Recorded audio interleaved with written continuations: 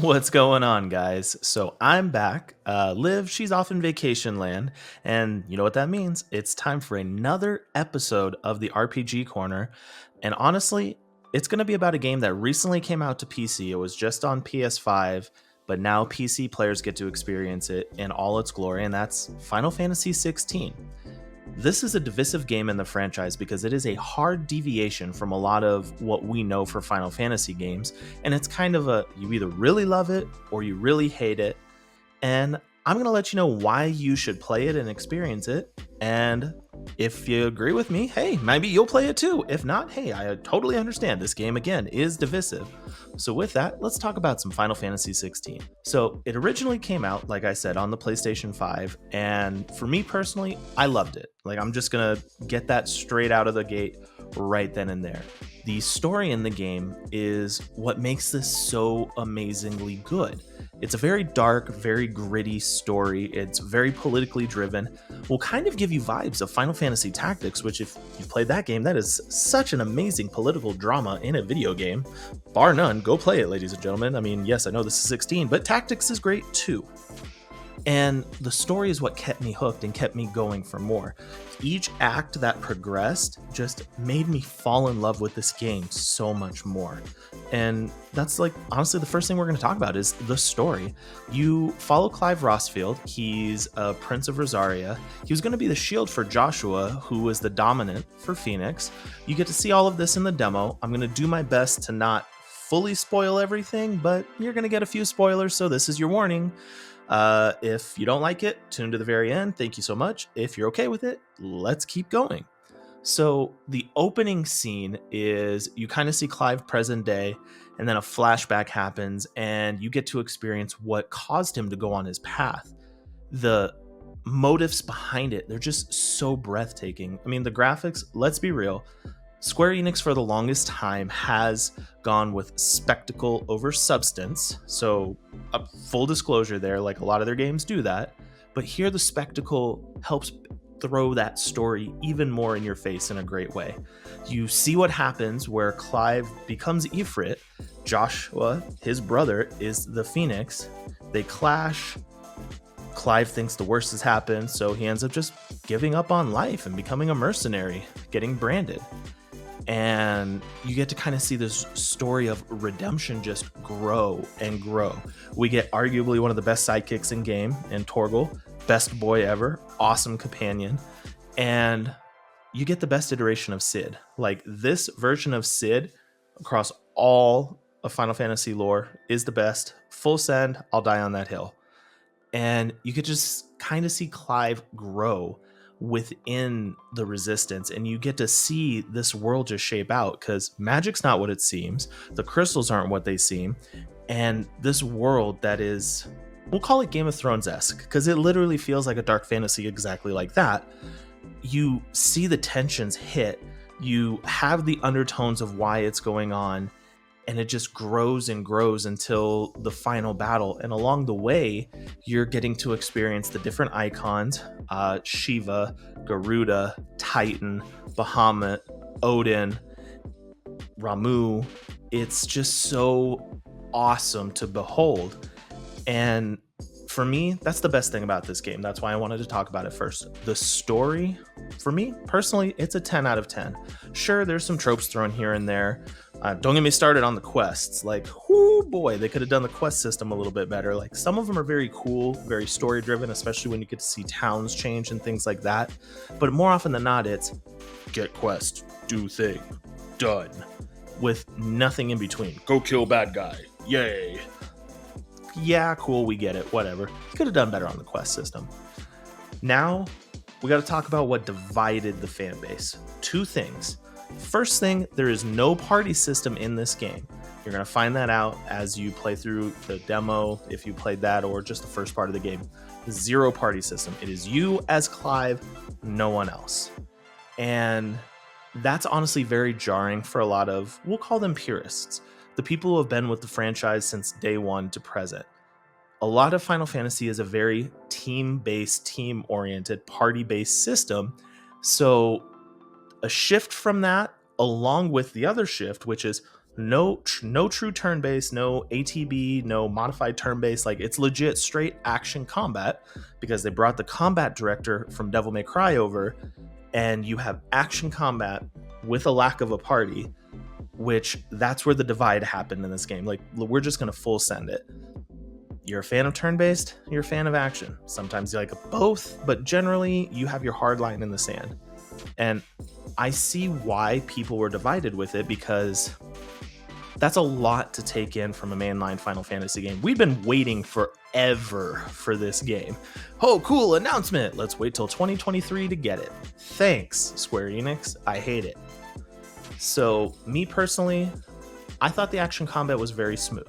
The way it works is you gain abilities from the various icons, either by defeating their dominant, naturally inheriting it from the Phoenix, etc. And you can switch between multiple stances. So you can pop combo, like pop ability, big ability, switch into the next, ability, big ability, switch into the next. So it's very fluid. Makes for awesome combos, awesome just, hey, fully unload. And then don't get me started on the icon battles. Again, it is a spectacle, but this is a spectacle done right. From Ifrit versus Garuda, Ifrit versus Phoenix, like we see in the trailers and then you see in the first part of the game, to just even Ifrit versus Bahamut. Like, oh my goodness, it was actually spectacle put into mechanical. And normally you don't get a marriage there. It's either really pretty, combat mechanics suck, combat mechanics are cool and it's trying to be pretty, but it's clunky. This was a great marriage. Now, regardless of my gushing for this, I do have to hold them accountable. Too much change, it's not good. I love the game. I still give the game a 5 out of 5, 10 out of 10, 100 out of 100, whichever rating system is better for you. For me, it is in my top 3, with that being Final Fantasy V as my favorite, and then Final Fantasy VII, yes, I'll admit it, as my number 2, and Final Fantasy XVI actually being my number 3 favorite in the mainline series. But when you give us too much change, it's rough. And sometimes it's hard to overcome, and it'll just take you away from the experience. But they try to make it seamless as possible. They give you 3 really cool accessories to start the game. The timely accessories that can slow down combat, make evasions easier, auto dodge, and then you can even have one that your pet commands are automatically executed. So Torgal's just going in. And that was very nice of them to do, because for some people that's just not a good transition over. So if you want to experience the story, you're not a fan of action combat, they actually thought of that. So I will give them kudos for that. And it honestly brings me to my main point. Is this worth playing now that it's out on PC? 100% yes. If you're a fan of Final Fantasy, mainline, side games, you name it, you have to experience this. Because let's talk about the elephant in the room, the real conversation that needs to be had. Square Enix is changing. Final Fantasy is changing. Their mainline flagship franchise is changing. A lot happened with this, and it's a lot to take in.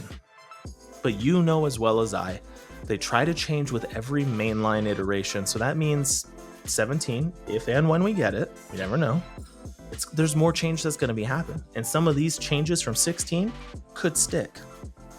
Don't let your nostalgia goggles, your love for past Final Fantasy games, don't let that dictate your enjoyment that you can have from this game, because this is arguably one of the best stories in recent gaming memory. And you owe it to yourself to experience it. Heck, Liv, you who loves story and narrative, you owe yourself a playthrough of this game. So, hey, for your birthday, I might send it to you. You never know. If you think I should send her one, let me know in the comments. If you think I'm crazy for trying to send her a video game, also let me know in the comments. I'm okay. I'm here for it. And honestly, I want to close out with this. This is us JRPG fans. We've been feasting phenomenally over the years in recent memory. Your Tales of Arises, Dragon Quest XIs, Final Fantasy XVIs, Metaphor ReFantazio, which is coming out here very soon, Unicorn Overlord, Random Maglum Lord, the Hyperdimension Neptunia games, and on and on and on. There's so many that have come out in recent memory. We're in a renaissance. We're eating good. And Final Fantasy XVI, it's It's like the cream of the crop when it comes to eating good. It is divisive. You will love it or hate it. Like, even if I'm telling you how awesome it is, in my opinion, you're going to love it or hate it. It is what it is. You owe it to yourself to enjoy the story. If you're not a fan of the action combat, put on the accessories. Experience the story. See the best version of Sid ever. Get that political drama. You don't have to do the side quests. Just fly through the main game. If all you want to see is the story, that's awesome. Knock yourself out. If you really like it, there's 2 DLCs out there. Check it out. If you're a fan of JRPGs and a fan of narrative-driven games and powerful, gripping stories, you owe it to yourself to try this game. So yeah, that's Final Fantasy XVI. It gets the certified play it from me. And thank you all so much. This is the second episode, like I said, of the RPG Corner. I'm going to continue doing these. Sooner or later, I will convince Liv to dive into an RPG. I don't know what it's going to be yet, but I'm going to try. And again, thank you so much for watching the video. If you would like more Top Tenors content, you know where to find us. We're on YouTube at the Top Tenor Show. We release new episodes every Friday at noon Eastern time. And we're on Instagram at the Top Tenor Show. We're on TikTok. Please let us know what you think of this. What RPG would you like me to talk about next? It can be retro, it could be modern, heck, it could be a game that's going to be in the future. Totally fine with it. I will talk about it. This is my life. I love it. Thank you all so much. I really appreciate it. I look forward to next time because I got a pretty cool retro RPG in the works for you.